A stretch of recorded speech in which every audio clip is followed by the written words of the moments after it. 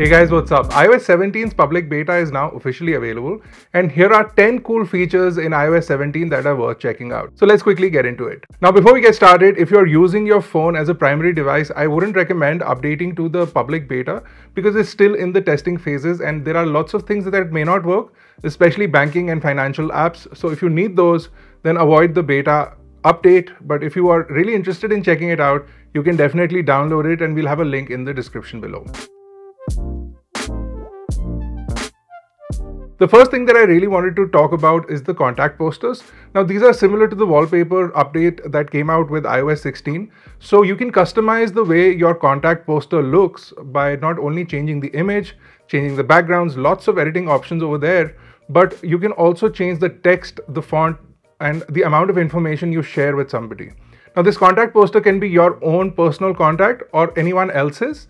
And then if you make your own personal contact, you can share it with other people so that they can use that as your contact poster when you call them.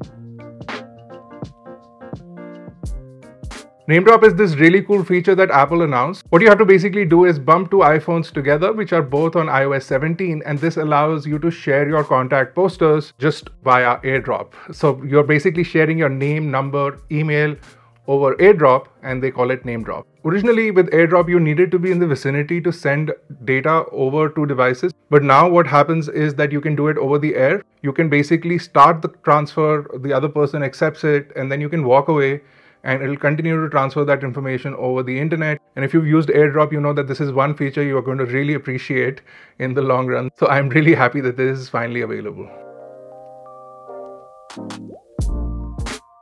Next up is Standby. This is something that we've also shown off on our Instagram, which you can go check out. We'll have a link in the description below as well.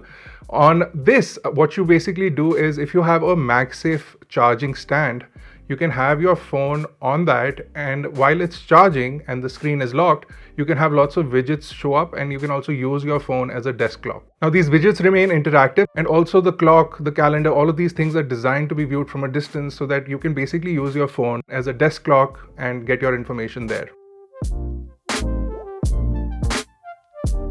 The next big feature is built around messages, and one of the coolest features in that is check-in. With this, it's almost like sharing your location, but this is a little bit better than that. With check-in, you're able to not only share your information about specific locations and also show whether or not you've reached your destination safely. So you can share your information when you start a journey, and if you don't reach your destination for any reason, your last location, your last network, and your last battery strength is shared with the other person. Other updates to messages include catch-up. So if you've received a lot of messages and you haven't checked them in a while, when you open the message app, it'll automatically jump to your last read message. Another cool feature which you're used to on WhatsApp is swipe to reply. So you can simply swipe on a message to reply to that message particularly. In messages, you also have the ability to transcribe audio messages. You can simply read the transcription that the phone will automatically do on the bottom, so it'll listen to the audio message on your device and turn it into text. What's also been added are the search filters, which I find are really interesting. So you can not only search by a particular person, but then you can also have a text search within that person's field. There's also a new massive update to stickers. Not only do you get a whole host of new stickers, but using the image cutout feature that was introduced with iOS 16, you can create your own image stickers and even animated stickers that you can then simply slap onto messages. Now FaceTime gets a massive update here as well. So just like voicemail, if you call somebody on FaceTime and they miss your call, you can leave a video message for them. Now this will work as a video message on a video call, but if you're calling them on an audio call, you can leave a voicemail message in FaceTime. Another cool feature that's been added to FaceTime is the React with Hands. So you can show certain animations and 3D effects by using just gestures. So single thumbs up, double thumbs up, those kind of things will enable animations that will pop up on the screen and fill up the entire screen. Next up are interactive widgets. I feel that this should have come a while back, but now you can have widgets that allow you to interact directly. The widgets will now be directly interactive. So if you have a home app widget, so you can have your lights and things on widgets that you can tap directly to sort of turn on and off. Again, useful add-on improvement of life feature.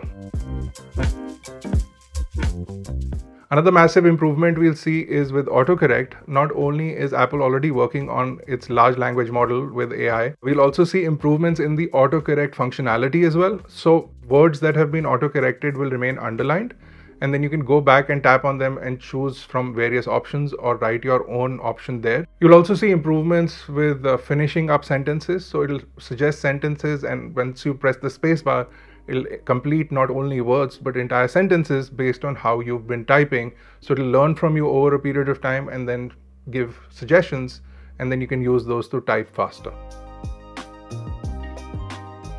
We'll also see improvements to Siri. So instead of using the Hey command, you can now activate Siri by using simply the word Siri. And you'll also see improvements with back-to-back commands. So if you have multiple commands that you issue to Siri, instead of getting stuck up in the first command that you gave to the assistant. With visual lookup, you're able to scan things almost like Google Lens. So you can look at an image of a food item and it'll show you recipes. And you can also look up labels on your t-shirt so that you understand those icons for washing instructions. Also in your car, if you don't understand the warning lights, so if it's a check engine light and you have this pop up on your dashboard and you don't know what that light means, simply clicking a picture will give you an understanding of that. Another welcome feature is the new improvements to the health app. So with mental health, you can track your progress and it'll constantly allow you to take notes on your mental and emotional health. And while it's not a replacement for a therapist, it's more like a log of your mental health status, which then can be shared with the therapist if you so choose to, or it can just give you an overall result. So again, a welcome feature added to iOS 17. Now those are the major features, but there are lots of other cool features that I think are worth a mention. If you're using AirPods Pro and or on iOS 17, you'll see improvements to not only spatial audio, but also transparency mode. There is also an adaptive audio mode, which is going to be really useful. You'll also have the ability to mute and unmute your microphone directly from the stem while you're in a call. So you do have sensitive content warnings, not only for content that you're viewing online, but if somebody sends you sensitive images, it'll automatically blur the image and it'll give you a warning that the images received are sensitive. This will automatically work for accounts that are registered with kids. And then you do also have a lockdown mode where in which if you feel your phone is being accessed by a third party or being hacked, you can lock it down into just a basic device. So really cool add-ons and lots of cool features in iOS 17. Which one was your favorite? Let us know in the comments below. Warning, again, do not install it on a device that you use primarily unless you're okay losing certain features that are available on final releases. We expect iOS 17 to come out with the launch of the next iPhone, which should be in September this year. So stay tuned for that. If you have any questions or queries, drop them in the comment section below, and I'll see you guys in the next one.